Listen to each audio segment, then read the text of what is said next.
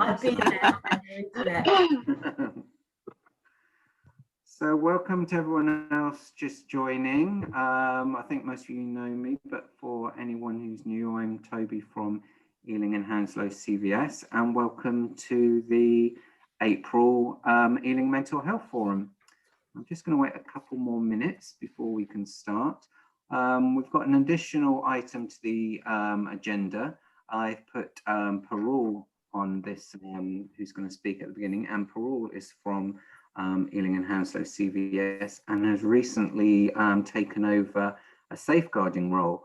And Parul has got lots of insight and knowledge of this in terms of her own sort of support of clients. So she's going to run through that, and I thought it'd be really relevant for her to talk about that and to show you how the safeguarding that Ealing and Hounslow CVS is going to deliver from now on is hopefully going to be a bit more relevant to your field, because to be honest, safeguarding is a bit of a full-on subject and can cover so many different areas and support for different types of people. But Parul has got some real particular relevant insight into supporting mental health. So she's going to be running through that in a minute. So I'm just going to see who else is on this call, and then we can kick off. Hi, Parul. Hi, Toby. How are you? I'm very well, thanks. Nice to see you. Thank so we've you. got Parul and a Peru. Oh, hello, Peru. Yeah, we're going to have to be careful on that one. I'm Parul. Okay, yeah. Oh, yes, I know. I heard that. Yeah. Hello. Hi. Toby, can I say something? I might have to leave, and it's such a coincidence that I have to deal with some safeguarding case at the moment. Okay. So if somebody is suicidal and they're putting some kind of a message and my work coach is not comfortable. Oh, dear. So unfortunately, I may join if I get on with it. I might join after some time. Okay. But I might have to leave now, unfortunately. Okay, well, no worries about that. It's good that Parul's at the top of the agenda, so hopefully you won't have to, you'll be able to listen to everything she has to say. But that's good timing that yes, safeguarding's on the headline. Yeah. We have to try just, and because the work coach is quite new, she's not comfortable, and I was been requested to help him out. So I'm just about to call him in 5 minutes now. All right. Well, hopefully the training that Ealing and Hounslow CVS can, this is why we really want to make sure that everyone's aware of it. So when you do get new recruits or people who need their safeguarding knowledge updated, that they can come to us. So, can I say something, Toby? When you said that, we have got like a safeguarding is becoming a big kind of agenda in the job center as well. And we have got the lead of safeguarding, which is like a higher grade, like grade 7, like. And we have got the assistant as well. So we can just have a meeting together and we just see how best you can help us out. Possibly. Yeah, I'm sure Parul can dip into that one and move that forward, but that sounds a really good idea. Yeah. Okay. I'll give you a message. I think I tried to call you as well last week, but I didn't put the message, unfortunately. Yeah. Okay. I tried. So what I'll do is I'll send you a message. I'll speak to the lead and then just arrange a meeting if you are free, and then we can just sort of see how we can work together. Brilliant. Yeah. Yeah. Okay. So, nice speaking to you. Sorry, everybody. I'll just try to join again. Okay. So welcome everyone. For those who are new, I'm Toby from Ealing and Hounslow CVS. Thank you very much for joining today. Now we're just going to start with a bit of admin for everyone, because I just send out these links. I don't want all the hassle of people signing up, but I've been asked to just monitor who's coming to these meetings. So if you can all just take a second to drop in the chat your name and your organization, because it's not always clear from when you're on the screen. Parul, maybe if you want to put your email in the chat as well, and then Peru will know about safeguarding, that she can contact you as well. But if everyone can just take a second just to drop it in, your name and your organization, then we've got that bit of admin out the way.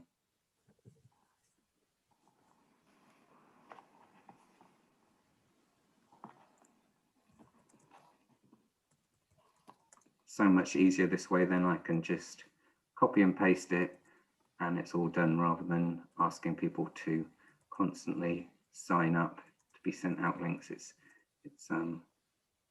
very time consuming, but that's great. It looks like most people are popping their details in, so thank you. So whilst other people are finishing that off, Parul, would you like to just introduce yourself and tell them about your new role at Ealing and Hounslow CVS, and also your insight into safeguarding?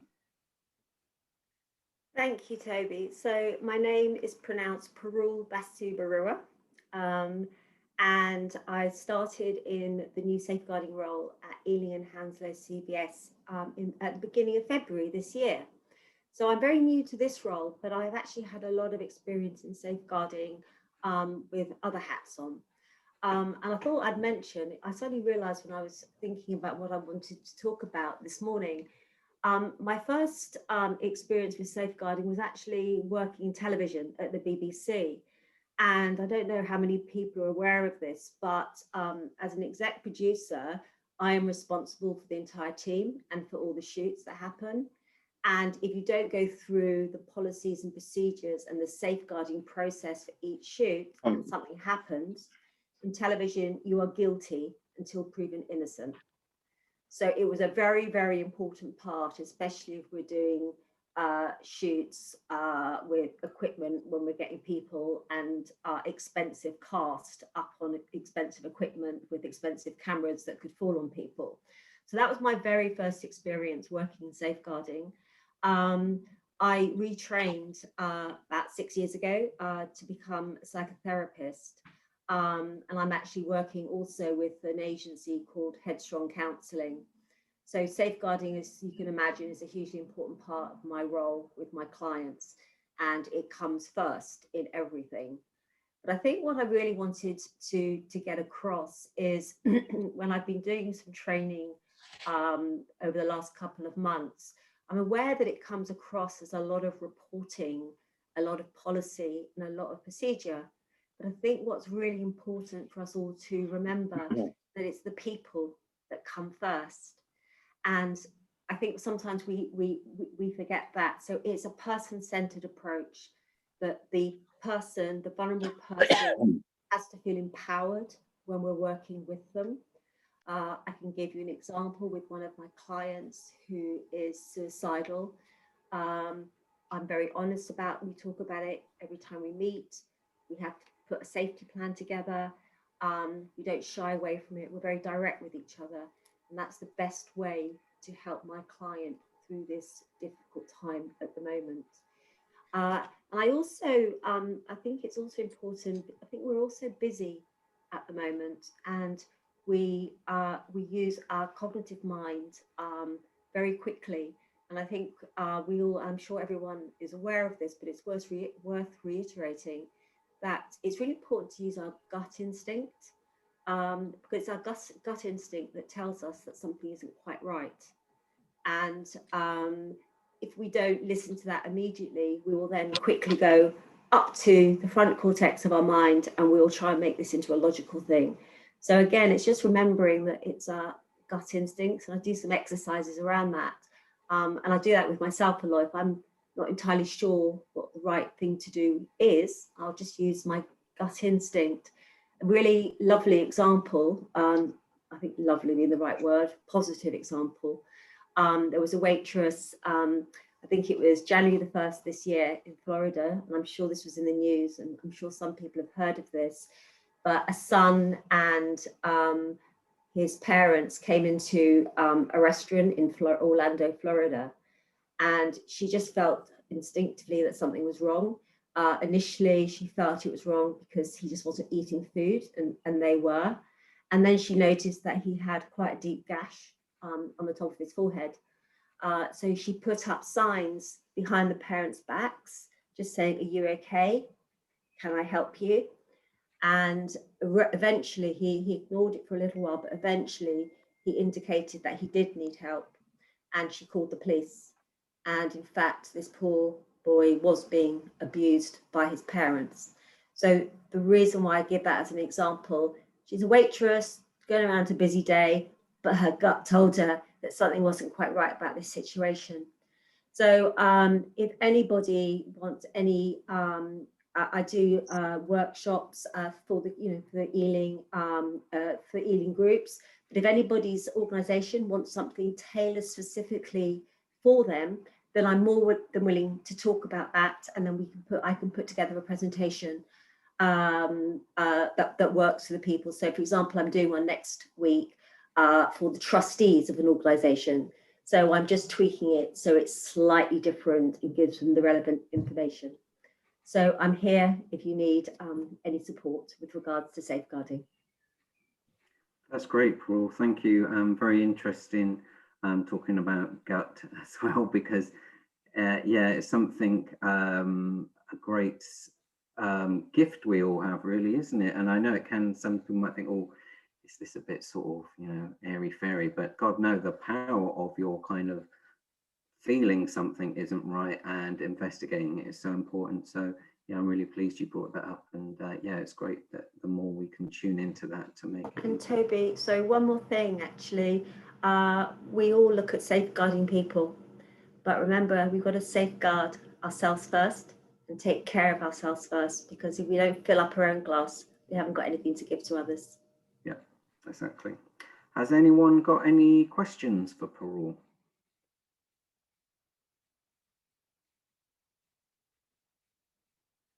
No? Okay. So yeah, it's good to know that you've now got Parul's contact details, and you're aware that she's looking after safeguarding. So like she says, if you're interested in knowing more about the sort of training we offer, or want any other sort of support or advice, Parul is here to help. That's great. So next on the agenda, we've got Daniel giving an update about Mint. So over to you, Daniel. Thanks, Toby. Thanks for having me here. And Craig's also with me as well. So he's going to just interject, and if I've kind of missed anything. So I'll just give everybody an update. There hasn't been any kind of changes in terms of the way that people need to access the service at the moment. That's much the same. We've got a model which we're internally, which we're testing. So what we're doing is we're using different scenarios of patients' presentations to kind of work through the model to make sure that we're not missing anybody and that people don't get lost, because it will be quite a different system internally about the way that we respond to patients. And what we're doing is trying to make sure that there's a lot more resource at the front end. That means that when people contact the service, when referrals come in, we're much more responsive, and we're able to kind of actually get somebody into an intervention within 28 days, whereas at the moment it's more like 12 weeks. So it's quite a significant change in the way that the staff members are working as well. So we're actually just trying to make sure that when we go live with this, that it's actually going to be feasible, and we're actually going to have the right people in the right places. The other things that we've been doing is just doing some kind of small tests within the system as well. So when I've had provided my details to everybody in this forum, and then if there's ever any kind of issues in terms of our partners wanting to discuss patients, I'm trying to embed some changes to make sure that we can facilitate that easily as well. So we had Stephen, who's on the call, contacted me recently about a case, and he's had some difficulty getting hold of people in the service. So we invited him to one of our MDT meetings with his colleagues as well. But obviously with these new changes, there can be quite a few teething problems. So I think initially there was some issues about getting the invite out to Stephen and his colleagues to come to the meeting. And then there's also been some issues about contacting the practitioner that was involved in the case as well, and a following professionals meeting. So I've tried to step in to resolve that. to make sure that we're able to accommodate that. And there's been some other bits and pieces that we've been doing, trying to organise with RISE as well, who's our partner assisting with drug and alcohol services in the borough, and we're setting up some meetings with them as well to try to see how we can embed some changes in the system. So we're at the moment, it's still very much in the process. There are going to be quite a few teething problems, and that does tend to happen with kind of these changes. But we're trying quite hard to make sure that we are including people, all of our third sector partners a lot more, and I'm just really willing to be contacted if there are any issues, and as is Craig as well. Craig, was there any? There are lots of other things that I've missed. Could you help me? Sure. So I think you have covered everything. I really like the work we're doing on the sort of the patient's journey through our new model. I think these are all the really important things that we need to have a look at. And once we've got that a bit more solid looking, we will share that with you to have a look. But at the moment, there's still a lot of like internal working groups happening, looking at different scenarios, or where we have hit a bit of a question mark, like what happens in this situation. We're creating like working groups for us to have a look at it. As we progress with that, we will share once we've got something a bit more solid. Yeah, I mean, the reality is it's probably the real sort of changes will be coming over the next sort of year. And obviously we'll keep you updated in terms of progress. But just to keep using the service as you are at the moment. Yeah, there's going to be some issues internally as well, because this is huge. This is like one of the biggest changes to community mental health services. So there is going to be teething issues, like Dan mentioned. And actually, it's a total culture change for our staff as well. So there's going to be a little bit of work. But positive things about these sort of teething issues and hiccups is at least we can do something about it. You know, at least it's bringing something to the light. But yeah, I think you have covered everything. We are trying to branch out to our local sort of teams internally, just for staff to get used to each other. But yeah, once we have more, we will bring it to you and get you involved. Yeah, there's one more thing that I've just remembered, that we've got some link workers that have started in the team this week.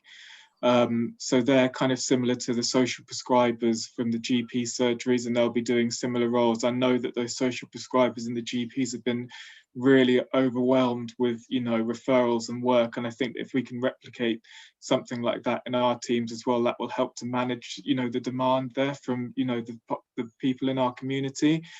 And the other thing as well is we have some peer support workers starting with us in the next couple of weeks as well, and they're going to actually play a really fundamental role in supporting our service. They're going to be right on the front line and quite well involved in terms of co-production of our services as well, and making changes to suit our service users.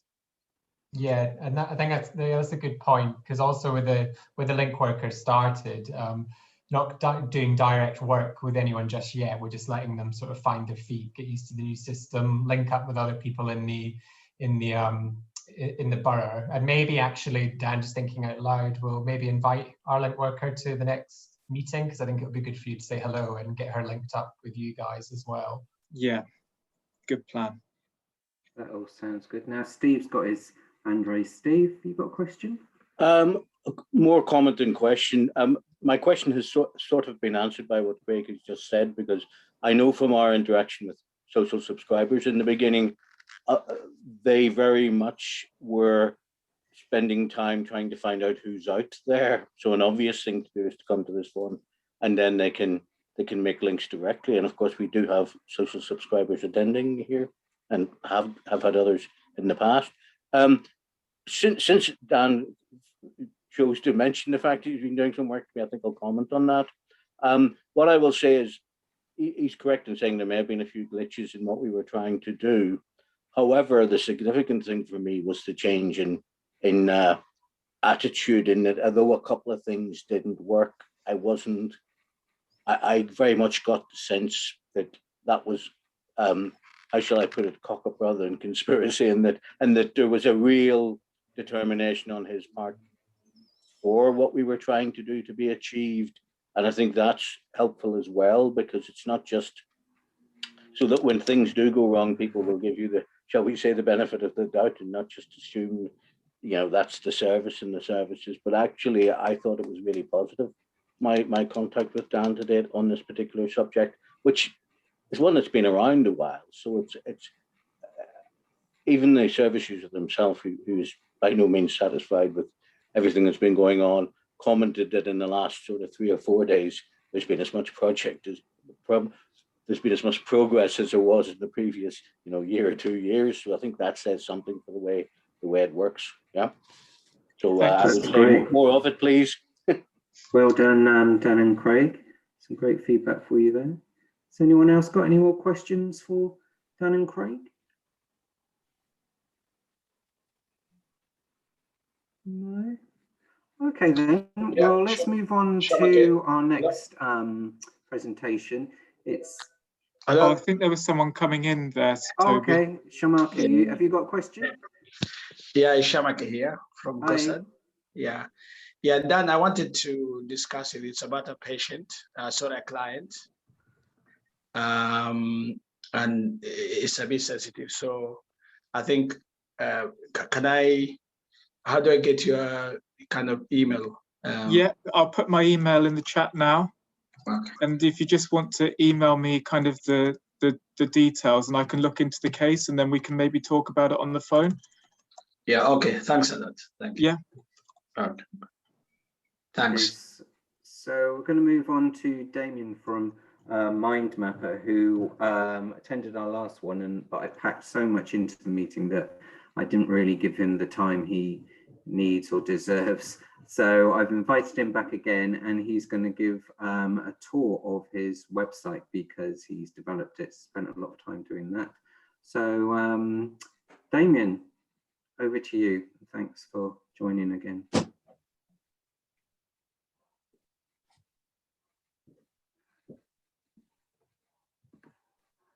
Is he there?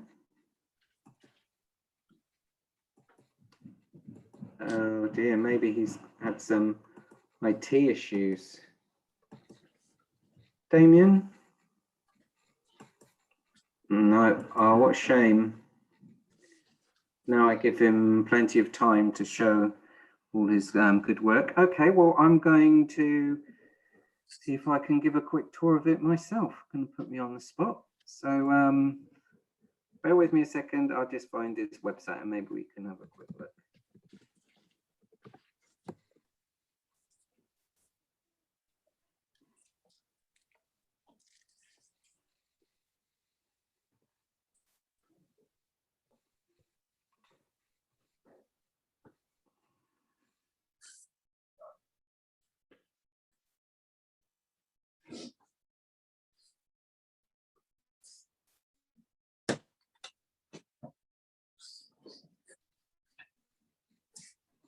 Right, helping him support and develop this.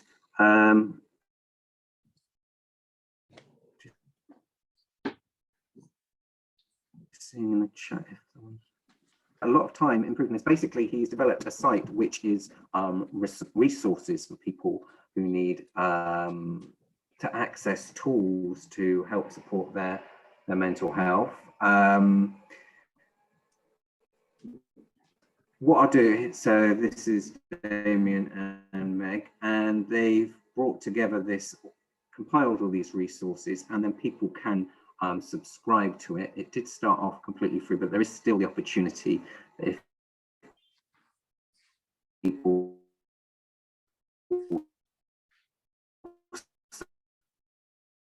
sign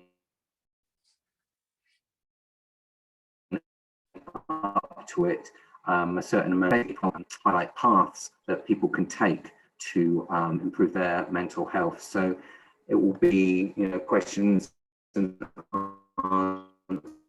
answers to focus, to find people go online and they think, okay, I'm going to try and see what help, what support, what tools are out there. It can be so overwhelming, but Mind Mapper, by asking questions, it really sort of it looks at those and is able to suggest particular tools and pathways for people to follow. So that is it in a nutshell. I'm not really doing it justice, so I'm going I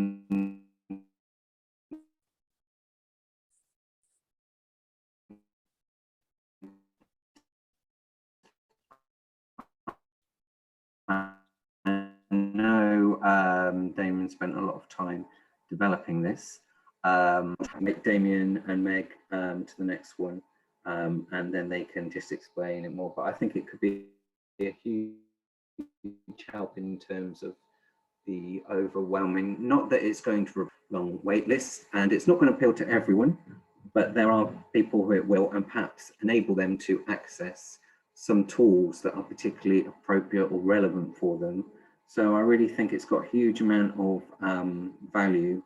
So we'll find out more from Damien and Meg, and then we could maybe start promoting it amongst our service users, and maybe think about that £5 subscription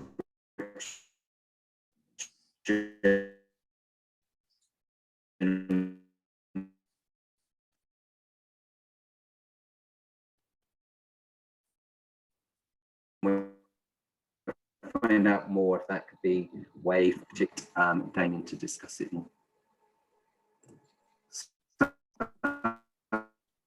Toby, your internet is really poor, my love. That wasn't a very comprehensive overview. Pardon? Your internet keeps going out. Oh God. Okay. Thanks for that. I hope you managed to get a little bit of what I was saying there. So next on the agenda was going to be discussing Simply Connect, because we have a huge, that big list from West London Mental Health Trust that those to Molly and Jenny had been working on, and we wanted to move that over to Simply Connect, and Damien was going to be helping with that. But I know that's still in the pipeline, but Surinder from Simply Connect is going to come to the next meeting and report back on that. So hopefully there'll be more to say then. So next on the agenda is Anne from Mind, who's going to talk about advocacy. So over to you, Anne. Hello, good afternoon, everyone. I'll just share my screen with you, if that's okay. So my name's Anne Owen. I'm an independent mental health advocate, and I work for Hammersmith Fulham, Ealing and Hounslow Mind. What is advocacy? Advocacy means getting support from another person to help you express your views and wishes and help you to stand up for your rights. And of course, that doesn't just apply to professionals. Anyone can be an advocate.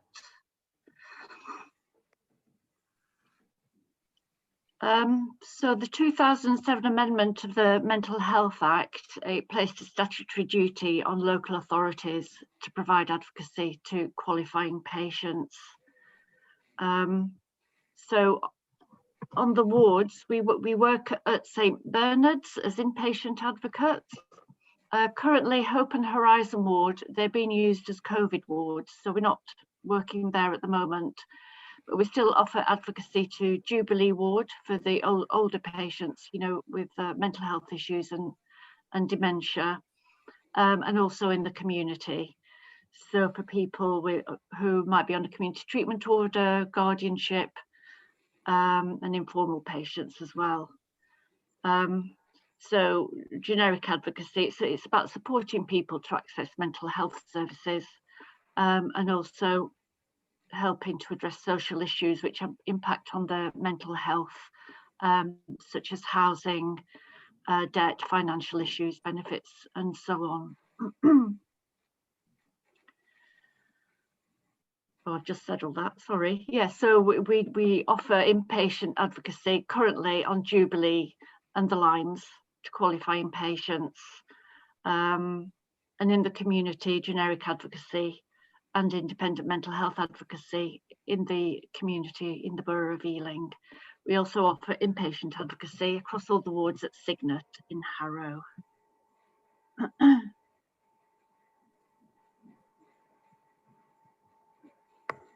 Qualifying patients, so independent mental health advocacy is offered to qualifying patients, and that's a patient who's been detained under the Mental Health Act in hospital, or subject to community treatment order, guardianship order, or as a voluntary inpatient. So an advocate will listen to your views and concerns, help the patient to explore options and what their rights are, will provide information to help the patient make an informed decision for themselves about their life and so on.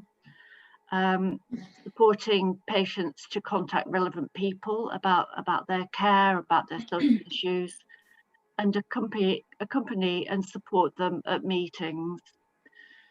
Ideally, obviously a patient will speak up for themselves, but sometimes they might be intimidated or not be informed, and an advocate there is just really to support, to prompt, clarify, and so on. An advocate on a ward should have access to a ward, and it should be clearly sort of labeled. There should be a poster upon the ward somewhere saying that about advocacy. We had advocacy provision on all those inpatient units. An advocacy should be able to meet with a patient in private. So accompany and support them at meetings such as ward rounds and so on. Sorry.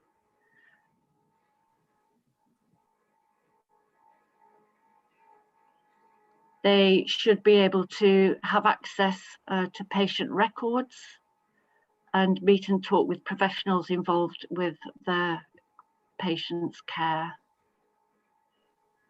An advocate won't offer a personal opinion or advice. That's not our role. We're patient-led, and we take instruction from them. We won't solve problems or make decisions. Instead, we might try to provide information that would help the patient to do that for themselves, and we won't make a judgment about a person or any other. So we work in line with the Advocacy Charter, and that includes all these different points here. So clarity of purpose.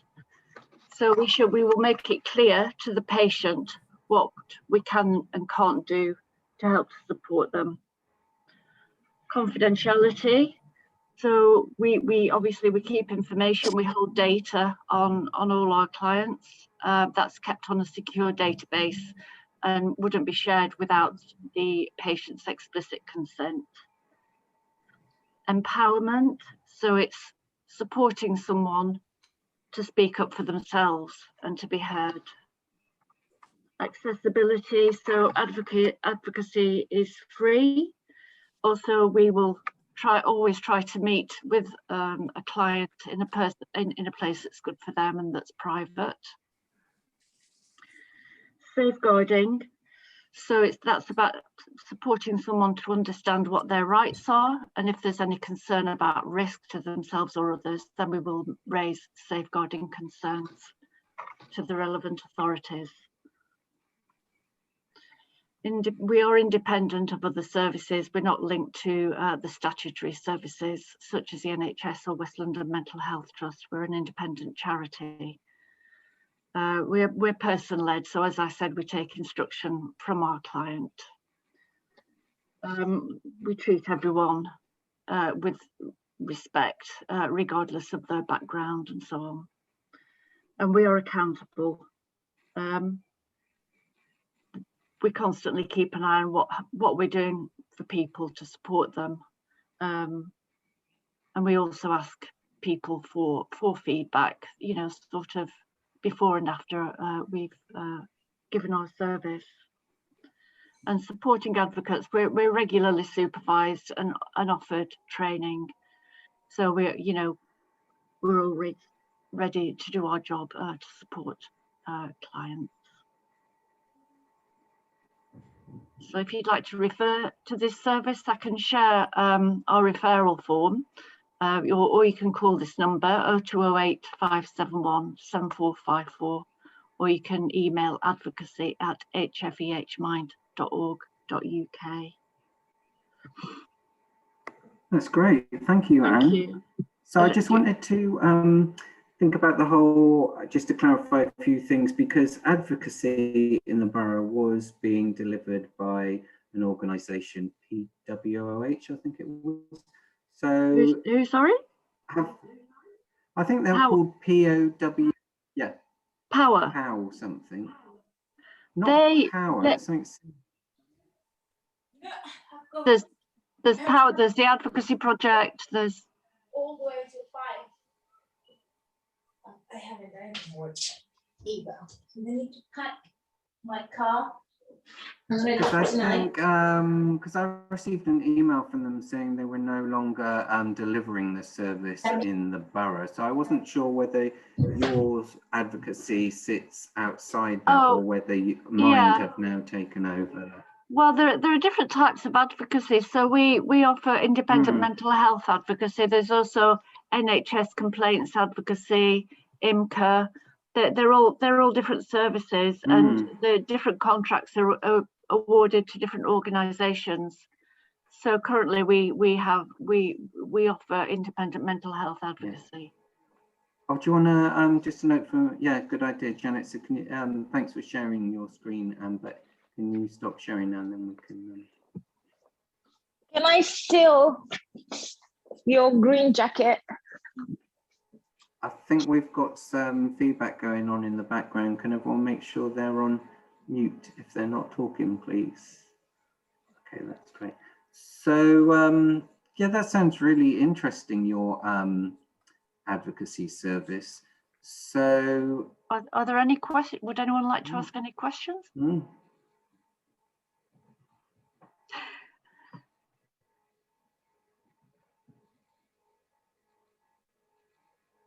Everyone's very quiet today. Yeah, it's Friday. So I've got another question in terms of how it would work in terms of do you train us, or do we say we have a client who needs advocacy? Is it we approach you with a referral, and that person then is passed on to you and you work with them? Or is there any, or are we ever trained up so we can be advocates for advocacy, if you see what I mean? So we're able to talk to people and say, look, we know how we want to support you in making sure your voice is heard, but we're going to share your details to because I'm thinking about that part of the process, that if someone was quite maybe anxious or nervous, and you say to them, oh, I'm going to get you some advocacy support. Even the word advocacy is quite, can mean so many things. They might not know about it. So I'm just thinking about how we explain it to our clients, and do we have sort of, is there training that we can do to reassure these clients in that when they're referred to you, they know what they're being referred to, and so they're just clear of the whole how you are going to help. It's quite advocacy complex, really, isn't it? Yeah, it's just about supporting someone to be heard, really, and to exercise their rights. And we work within the framework of the Mental Health Act, so it's for adults with mental health issues, and if they need support about understanding their rights, if they need support about communicating with other services. So we do quite a lot of partnership working with the the recovery teams, with other voluntary services and so on. And it's about helping someone through processes, because the processes can seem quite difficult and complex. And so it's just sort of about taking a step-by-step guide through that, really. Yeah, I'm just thinking like helping someone to make sure their voice is heard, and if it's a mixture, and they have got mental health condition plus a language barrier, it's very difficult to support them to the next step to be able to move forward. But we do use interpreters as well if we need that. Okay. And I know when I've worked with the recovery teams in the past, and they have some, you know, where English isn't their first language, they usually would provide interpreters for their patients. Right. Can I add something, if Yep. you don't mind? Yep. Sorry, I don't know how to put my hand up in Zoom calls. Anne, I don't know if you remember me. I'm from Maureen Gordon. I'm from the Forensic Outreach Service. And you did a Hi. presentation to our team at least 3 years ago. Okay. I think we have had, when we have reviews of people's of patients' care, that's when we tend to see the advocacy involved in those processes. Because I know, Toby, you were asking how people could be used. People have their care review, their care plans reviewed, and that's that's a process in itself that people might find daunting if they're not experienced going through it. So I know that it's really good that the patient's views are kind of taken through and represented it, because there's lots of professional meetings in these review meetings. So I think advocacy is kind of a very good to support the service user through processes. So I just wanted to add that. So what in that case where you know, there's a care review, so an advocate might sit down beforehand with the patient, go through the care plan, discuss with them, you know, what's working, what's good, what would they like to change, and then go into the meeting with them and go through it and help them to express their views, what they would like to change, and so on. I think, you know, those meetings can be very intimidating when you've got all these professionals around, and you know, some people just blank out. Really, they need a voice, really. Or else they might go off on a tangent, and it's the advocate there might, you know, get them back on track. If they become distressed, they can ask, you know, can we have a break for 5 minutes? So it's all that kind of thing, really. Janet, you've got your hand up. Have you got a question? Thank you.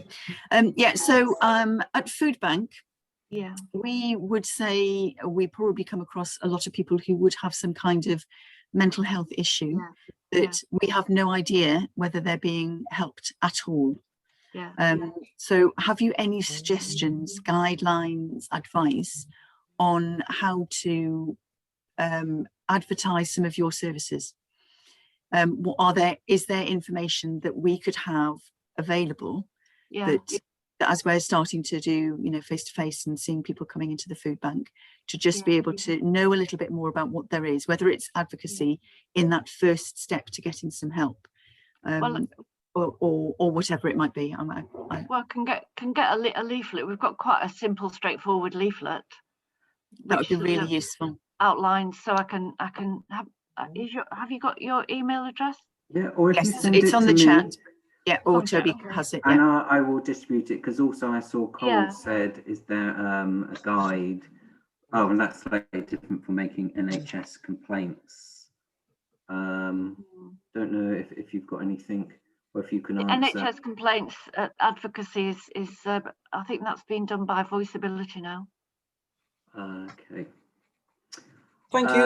I should also say, you know, that I don't know if I've focused a bit too much on kind of you all referring people. People can also self-refer, and they can independently contact that number, and they can be supported through completing a referral form to advocacy. So they don't have to rely on the professional to do that for them.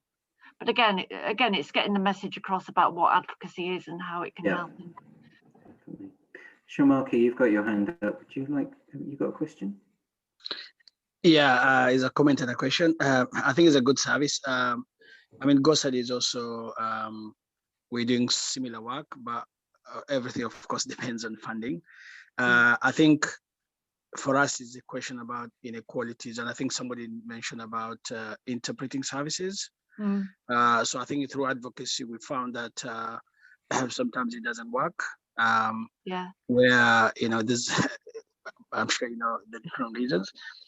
So also we found that you have sections of the communities, for example, Ealing or Hounslow or anywhere, where the idea of advocacy doesn't sit, you know, is something that they're not used to, even expressing themselves. So if you have a service that's been prescribed to them, you find that they think this is actually part of the whole program, and they're kind of confused about it. Yeah.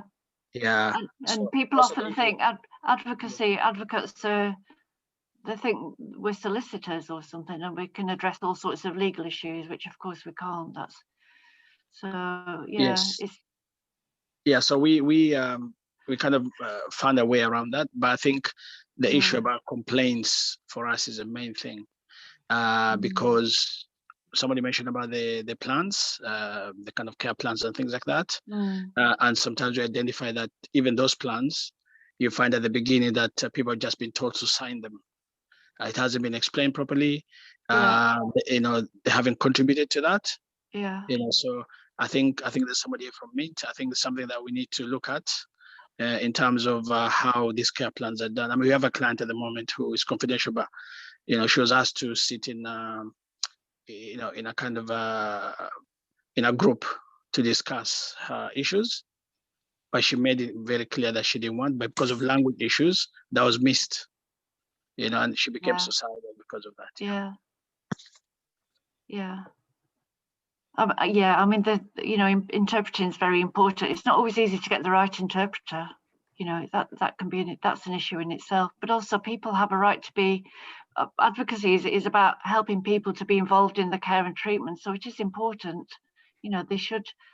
It's very important that people understand what's going on, and they do have rights and they do have choices.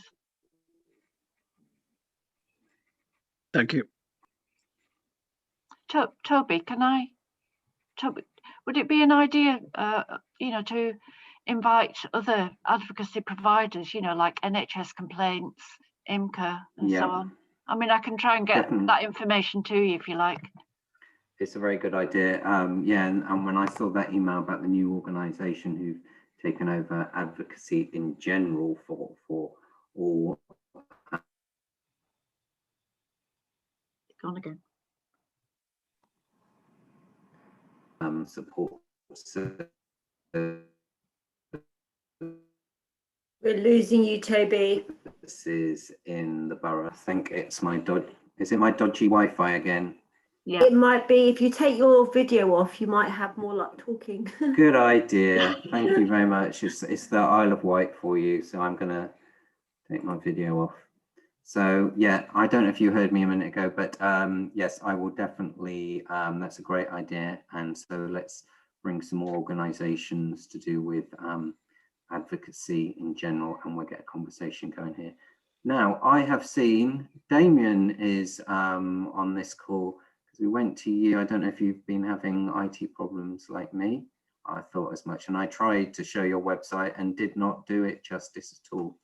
So I'm going to hand over to you, Damien, if you'd like to give a tour of your site and explain it. I'm sure you'll do a much better job than I did. Amazing. Thanks so much, Toby. Yeah, sorry about it. I had literally technical issues this whole morning. Wi-Fi has been playing up, but at the moment we're good. So if I drop out, apologies. But what I wanted to do today was basically walk you through what MyMapper is about, how it kind of works as a platform. And then if you have any questions around the platform itself, please shoot them my way. I'd love feedback. Let's just see if I can share my screen. Yes, I can. Amazing. Google Chrome, share. Perfect. Okay. So welcome to MyMapper. At MyMapper, we build communities, right? First and foremost, we build communities for young adults. So we specifically work with that 18 to 30 demographic. We don't work under 18s because there's a lot of safeguarding measures in place that you need to take care of that we currently don't have capacity to do. But we work with, so some of the members in the community. You have students, entrepreneurs, freelancers, young people who are not in education or employment, generally young people who want to learn how to live mentally healthy lifestyles. And so there's kind of like two sets of individuals that usually come to our community. It's either one, individuals who are waiting for a referral into, potentially NHS services, NHS service or private therapy, and they're sort of struggling with finding anything to do or sort of finding resources to tap into around their mental well-being as they're on that waiting list. Or the other individual is someone that might have already experienced some sort of mental health experience in their lives, and they just generally want to, have some habits in place, have a good community around them to improve their mental well-being. What I'm basically going to be showing you today is our demo account. I can't show you the main one as the product team is working behind the scenes as we're launching in a couple of days' time. But this one is the one that we've been using with our team. So I can more or less show you how that works. So in MindMapper, we basically try to replicate pretty much social media, right? We're working with 18 to 30-year-olds. So we want to replicate what young people already know and trust. So as you can see in MindMapper, it pretty much looks like a Twitter or a Facebook sort of feed. And it works because a lot of young people just generally utilize this anyway.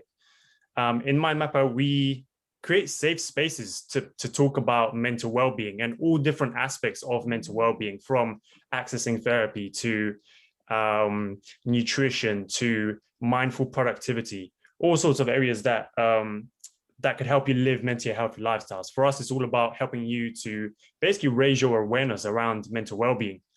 And so first and foremost, because we're a mental health community, we have a lot of safeguarding policies in place to make sure that we're keeping the community safe and sound. If anyone wants to find out more about the safeguarding policies, at a later stage, I'm more than happy to send them over. But MindMapper is very much a community-led organization, right? A community-led a forum where we do have mental health first aiders who moderate the sort of the conversations. But pretty much a lot of it's sort of led by the community itself, from the kind of resources that you get to tap into to some of the events that we're running. Later on this month, we're running a journaling session because more of the community wanted to learn how to journal. Next month we're running all about entrepreneurship and how to start your own business. We're running events around university mental health and how to find support in your university if you're a university student. So pretty much there's a lot of discussions that are taking place, and most of it's community-led itself. For example, we've got this mood booster playlist that kicked off. And this was started, specifically by one of the MindMappers themselves with the best tunes to make you feel good. And every one of the MindMappers could add in, extra songs into here. But for MindMapper, the main kind of thing that we're pushing out here is being able to find and access personalized mental well-being resources. Both myself and my co-founder really struggled with this going into the mental health system basically as teenagers. And there's so many different organizations within your local community that it's sometimes hard to balance every single one of them, right? It's difficult because a lot of organizations, they don't do their marketing very well. Hello, good afternoon. How can I help? Yeah, they don't do their marketing very well. Can someone's got their some feedback in the background? Can you all make sure you're on? Yes, we are CQC registered. Yes. I think that's Nora. Nora, can you hear me? I'm going to mute her. Yes, that would be fine. Yeah. I think I've muted her. No worries. We absolutely love Zoom chats. But for us at MindMapper, the biggest thing is to help young people find personalized resources for their own mental health. Whether that's some young people who just generally are looking for content or services to engage, or young people who are looking for more kind of in-depth resources like professionals, like therapists, like private therapy, for example. So we've got we basically came up with this sort of algorithm where we built out. At the moment, we've got 150 resources ranging from podcasts, videos, blogs, digital solutions, things like Kaizen Flow and Headspace, to more kind of in-depth, to more community-based organizations like we worked quite a lot with North and South London. So we worked with places like Harringay, Islington, Enfield, and Southwark to build out some of the resources that they have within their own communities. And then young people literally, fill out a very quick survey, and within 2 minutes, we send them over a resource to help them out with what they're looking for, whether it's a specific sort of mental well-being thing, like, how do I become more mindfully productive, or whether it's something more serious, like, dealing with eating disorders, where we would send them over to a professional therapist or a counselor.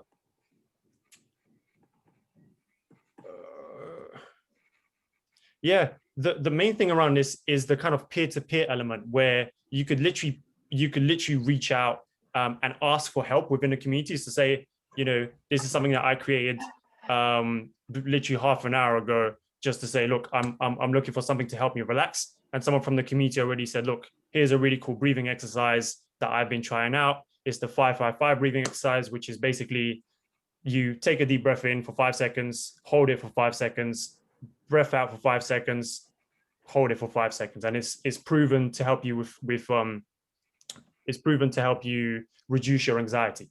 So a lot of the Mind Mapper kind of community is community-led itself. Like every day we have, Monday to Friday, we've got co-working sessions. These are basically Zoom sessions like we're jumping on right now, where every individual is jumping on and just being able to work with a community. You could think of this as a virtual WeWork type of thing, if anyone's been to WeWork.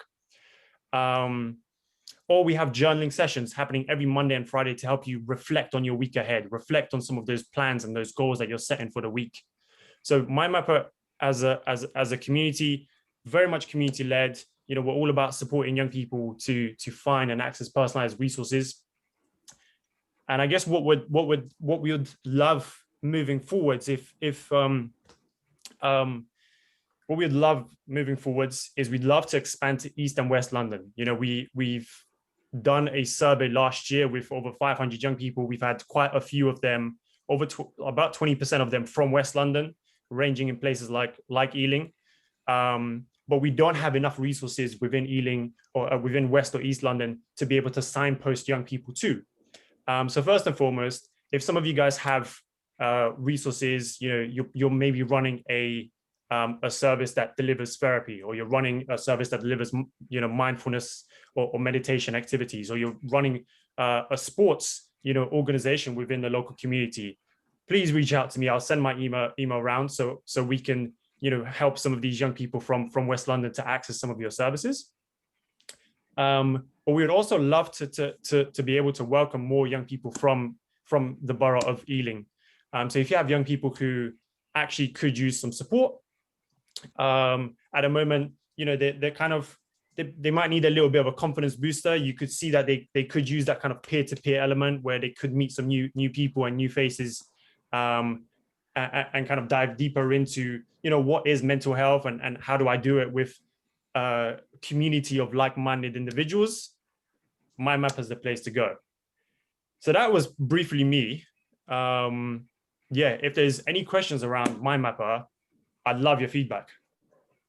I've got a question first of all about the cost, because it's £5 subscription, but I saw you can send in your details, and is it kind of you get picked randomly to join? How does it work with the cost?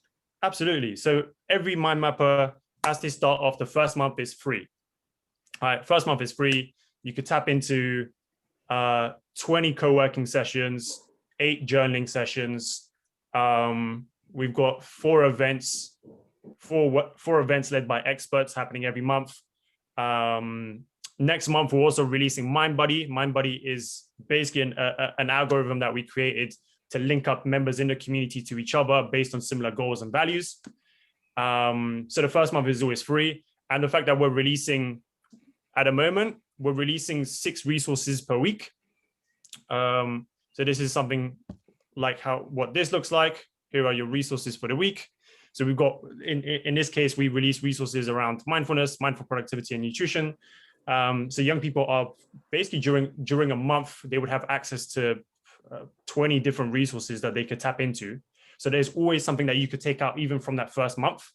And then if the young person wanted to carry on with us, they pay a £5 subscription. If they don't want to, hey, at least they got to pick out some resources. You know, we connected them with some sort of organization that they could move forward and kind of still carry on working on the mental well-being. So what if I'm thinking Michael's on this Zoom from University of West London. He's going to talk in a minute. Like if they wanted to buy for their package, do they get discounts if they were to buy subscription for their students, or how does that work? Absolutely. If it's we've previously worked with King's College London, Cambridge University, Liverpool University, Greenwich University. There's like 3 other universities off the top of my head. And again, all of them we're having discussions about basically universities or local councils buying bulk memberships. We do give them at a discounted rate. So if you wanted like 100 memberships, we could give you a discount on that. And then you give it out to the young people that you think are probably most need that membership. If you're an organization that basically is doing that, we could also be able to track some of the young people coming from your specific cohort into MyMapper and see the types of resources that they're going through, you know, what their mental health scores were for that month, how they've been engaging with the community, what they've been interested in, and be able to relay it back to the university or the local or the organization. But yeah, absolutely. There's discounts that we're giving out. And if you also buy some of these bulk memberships, we invite you down to our mental health festival that happens on the 8th of October every year, which is basically a combination of wireless and mental health first aid training, where literally you could think of very big brands. Like we're literally just booking Greg James, who's the BBC Radio 1 host, and he's going to be hosting Me Day this year. But we've also got a couple of brands that we're working with that, yeah, you know, there's going to be a show. You know, Nando's, Nestle, Boots, Unilever. Like Me Day is an absolute vibe for every young person to just come out, have a festival experience, but learn about mental health as you're there. So you kind of get best of both worlds. I am just typing a reply to Coral, who was wanting to clarify the cost of £5 monthly. Is £5 monthly? And I said, what would be great if the CCG, if it's working for some people, bulk bought for clients who can't afford it, because actually for the CCG, it could be very cost effective if for the right people to access the right support very quickly. That's not a lot for the CCG.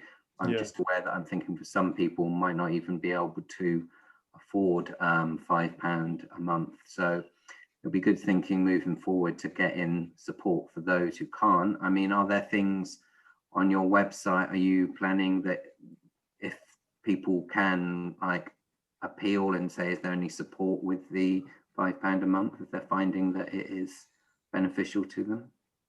Yeah, just repeat that, Toby. Just is there a mechanism? Say someone is finding it really useful, accessing your website. They've done the month trial, but they can't afford £5 a month. Is there the ability that they can send you an email to say, how can I continue? Can I get funding from elsewhere for this? Yeah, absolutely. Like this is the reason why we're talking with universities, local councils. You know, we've just started conversations with the GLA. To basically be, for us, the vision has always been for young people not to be able to pay for this, for organizations to buy bulk memberships and then give them out within the local communities.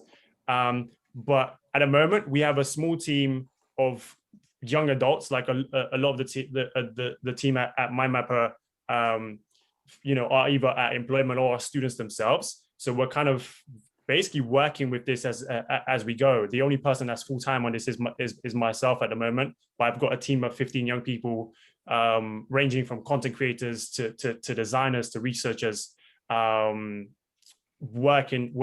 on this. For us, absolutely, we on top of kind of running the mental health community, we also run a number of events, workshops, talks, and all of the kind of social media campaigns that we deliver. So every Friday, you could catch us on a Friday night scene with MyMapper, where we bring on experts around mental well-being in all sorts of different areas to help you live mentally healthy lifestyles. We also signpost you to some of our favorite resources. Like this week, we're promoting Headspace, who basically have a 10-day free trial where you could try out meditation. And it's something that we absolutely love and have tried out with the team at MyMapper. But we also deliver a number of events and talks for local communities. We've worked with Harringay, Islington, Enfield, Southwark, the universities that I mentioned, like Cambridge and King's, and some of the organizations that you can literally find in here, where we've literally delivered talks and workshops around mental well-being, how to manage your mental health, where to go to find support, managing your mental health at work, managing your mental health at university, managing your mental health if you're an entrepreneur, which has been a massively popular one that a lot of the young people could literally just tap into whenever we're running those as well. Great. Parul, you've got your hand up. You got a question? Oh yeah, I'm an old person, Damien. However, I think this is a really brilliant idea. I wonder if you and I can touch base at some point in the next couple of weeks. I've got some ideas for you that you might find quite helpful. Awesome. From a marketing perspective. And one question I wanted to ask is this Mind Buddy thing. Yeah. Does that will that also work? Could it connect clients with therapists? Yeah, so we've currently just started discussions. To be completely transparent, we've currently just started discussions with BACP to be able to bring on some trainee counselors, right, into the community and be able to offer work placements within MyMapper. At the moment, it will probably take about 3 months before we're able to bring on some trainee counselors and have that kind of peer-to-peer element of MyMapper. At the moment, MindBuddy basically just connects members within the community, but we're hoping to expand that to trainee counselors. And if anyone in this group is potentially a private therapist or a counselor or kind of a specialist within that area that you think, maybe I could come in and provide a therapist session to a young person at a discounted rate, because as you said, Toby, some of these young people just can't afford the kind of £35, £40 a session at the moment with some of their circumstances. I would love a discussion. And literally, we're just kind of expanding as we go. We're quite early on at the moment, but I'm literally so excited about what we're building, and we'll see how it goes. Yeah, there's a special interest company that I think you need to connect with, because they're doing something very similar. And rather than competing with each other, there might be something the two of you can do to make it work even better. Amazing. And again, working with student counsellors. Amazing. That's what they do. Amazing. So let's touch base and we can share some information. That'd be brilliant. Yeah, absolutely. Any more questions for Damien? Just checking anyone else got their hands up. No, I don't think they have. Well, that's great. Thank you very much, Damien. Perfect. Thanks, really guys. Interesting. Oh, so next on the agenda, we have got Ella Ward, who's just started at Women's Wellness and Change, Grow, Live. So I've just invited her to say hi and introduce herself to this forum, and hopefully she'll find it interesting connecting to everyone. And if she's able to just give us a bit of an update, that would be great. So welcome, Ella. Awesome. Can everyone hear me okay? Yep. Yeah, nice. Great. So I'm Ella. Thanks for having me. Nice to meet you all virtually. I don't have a fancy presentation or a website, I'm afraid.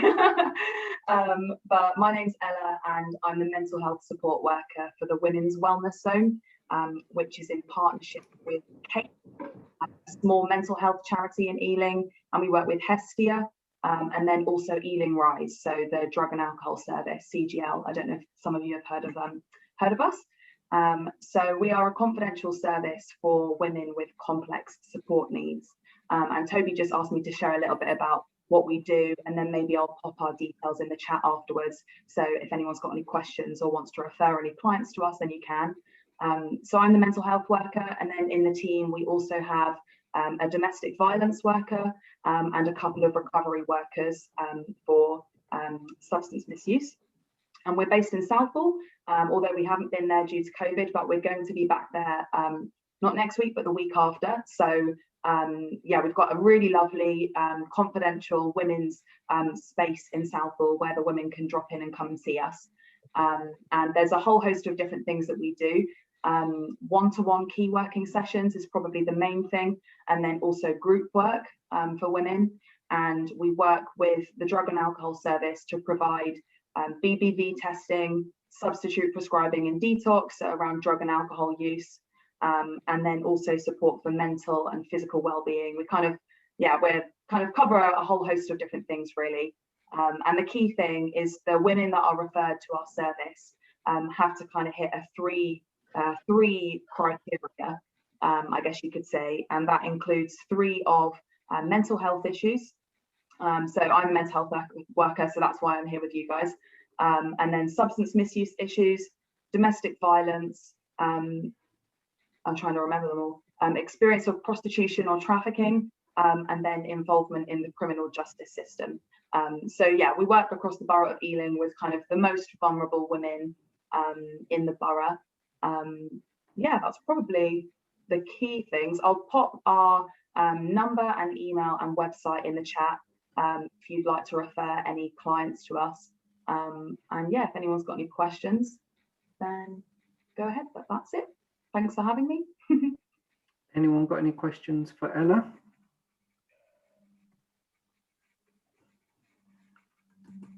No. Okay, thanks for the update, Ella, and thanks for attending. Lovely to meet you. So thanks for joining, and hope you found today useful. Yeah, it's really interesting. Thanks for having me. Good. So now we're going to move on to Michael from University of West London. So yeah, Michael, over to you. Okay. Hi everyone, nice to meet a lot of you all for the first time, and apologies for not being able to attend these meetings more regularly. I don't think I've attended one since the start of the pandemic, to be honest, so it's just been a very, very busy year. So my role at the university is the head of wellbeing. Wellbeing service is an umbrella term to describe multiple teams that support students at University of West London. So we have a disability service, a mental health team, a counselling service, and also interfaith advice as well to our students. At the University of West London, just to give some context, we've got over 12,000 students. We've got a campus in Ealing, campus in Brentford, where I am today, and we've got another campus in Reading as well. Just to give you a kind of overview of where we're at and the type of year we've had with our students, we've seen a real dramatic increase in students accessing our counselling support this year, which is what you'd probably expect considering this being a pandemic, but actually across the university sector across the UK, a lot of services have seen a decrease. I think there's lots of reasons why that is, but it's good to see that we're going against that grain this particular year and that we've still got students accessing our support. So we've seen a 19% increase from the year before. So that's really positive. One massive thing that happened at the start of this academic year for us was that a lot of our students are housed in Brentford. You may have heard of Paragon accommodation right by the flyover where I am now. We were hosting around 650 students in there. And unfortunately, we had to evacuate the whole building and we were given a week's notice.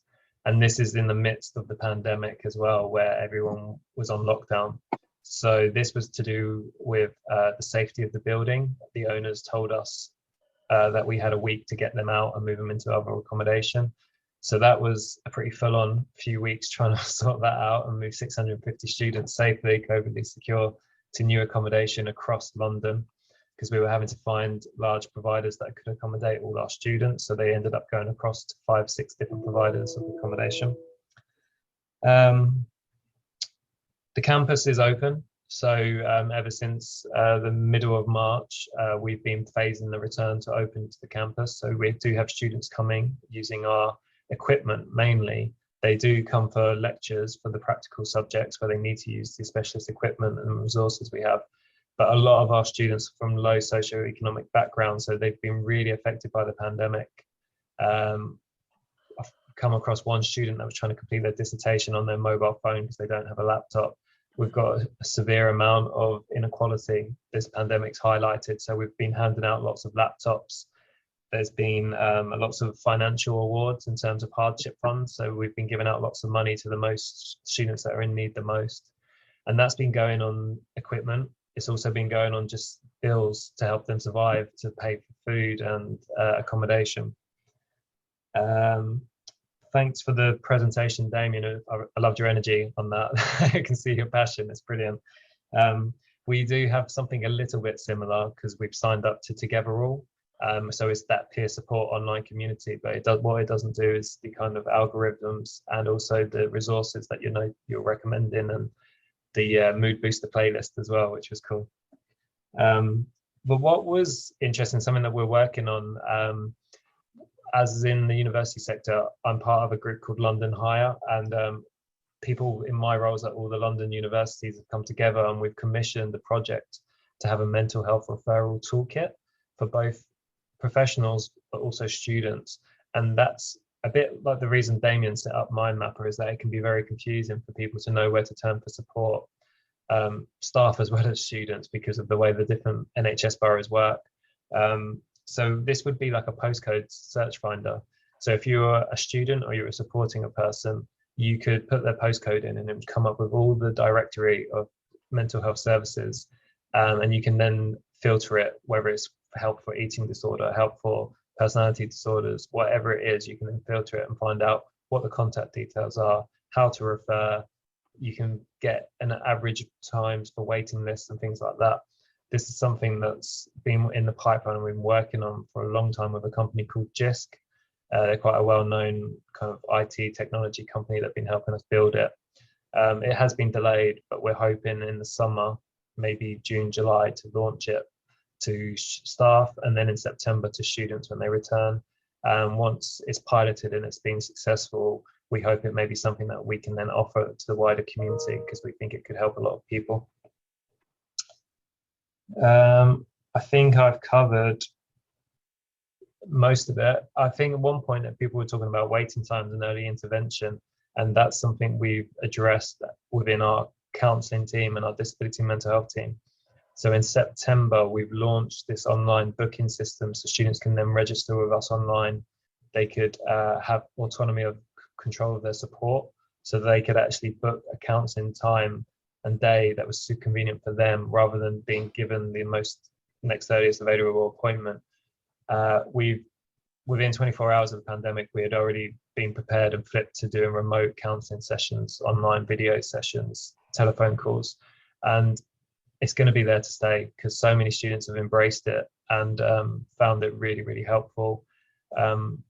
So even in the new normal, whenever that is, we're going to be doing a blended approach to online face-to-face support, which will never go away, and it's really, really important, but also supplementing that with the online delivery of support too. So that's it from the University of West London, but happy to take any questions. And I'm sure a lot of our students don't tap into support from us, but access support from the local community from you guys. So if they are doing that, I don't know about it. Thank you very much for all your help. That's great, Michael. Thank you. God, that's quite an update. I can't believe a student was having to do their dissertation on a mobile phone. I mean, what a nightmare. Yeah. Yeah. Okay, anyone got a question for Michael? Jump in or no? Janet. Just to say, do you know about the food bank, and that you can refer to the food bank for people who've got no food? I do, Janet. I think it's great, and I've signed up so I can hand out the vouchers. Perfect. Thank you. Anyone else?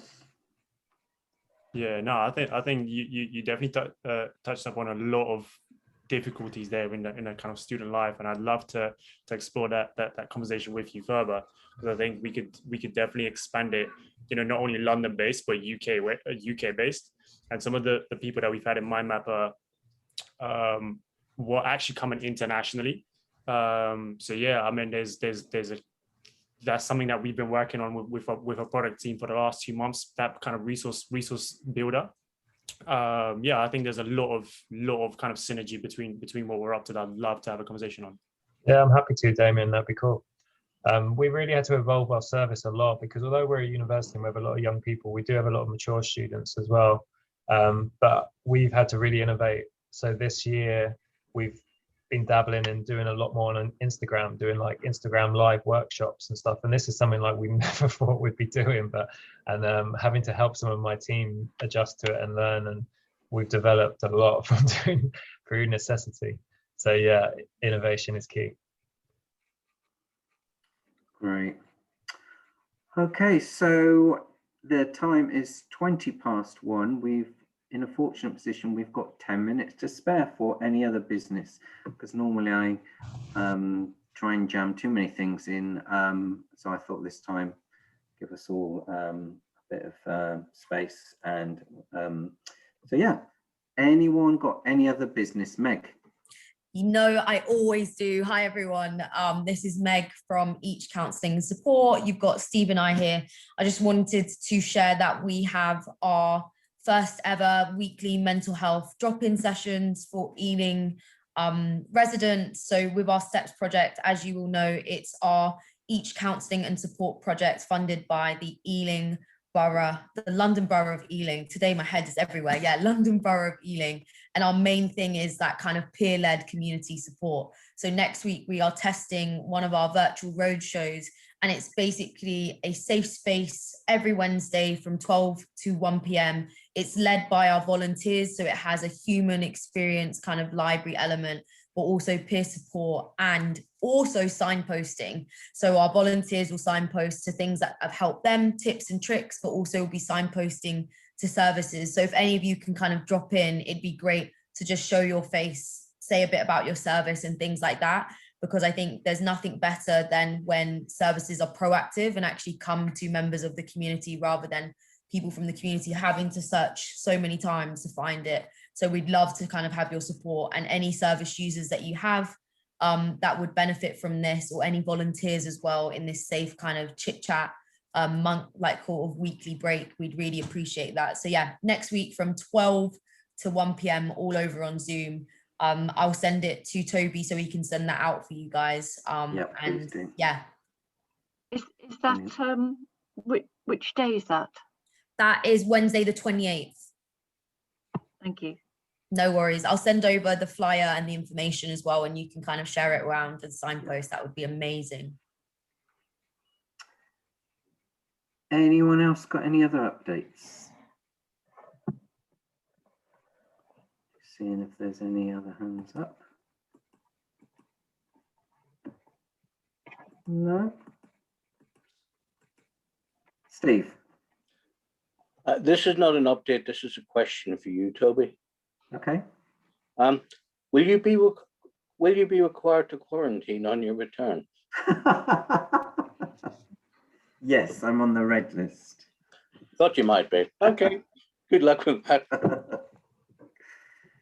I thought it was going to be one of those questions. Okay, then, well, I'm going to wrap up early because also I can hear some building going on next door, which isn't a good cocktail with dodgy Wi-Fi. So it's a lovely sunny afternoon. I'm going to wish everyone a lovely weekend. Thank you very much to all our presenters today. Really interesting.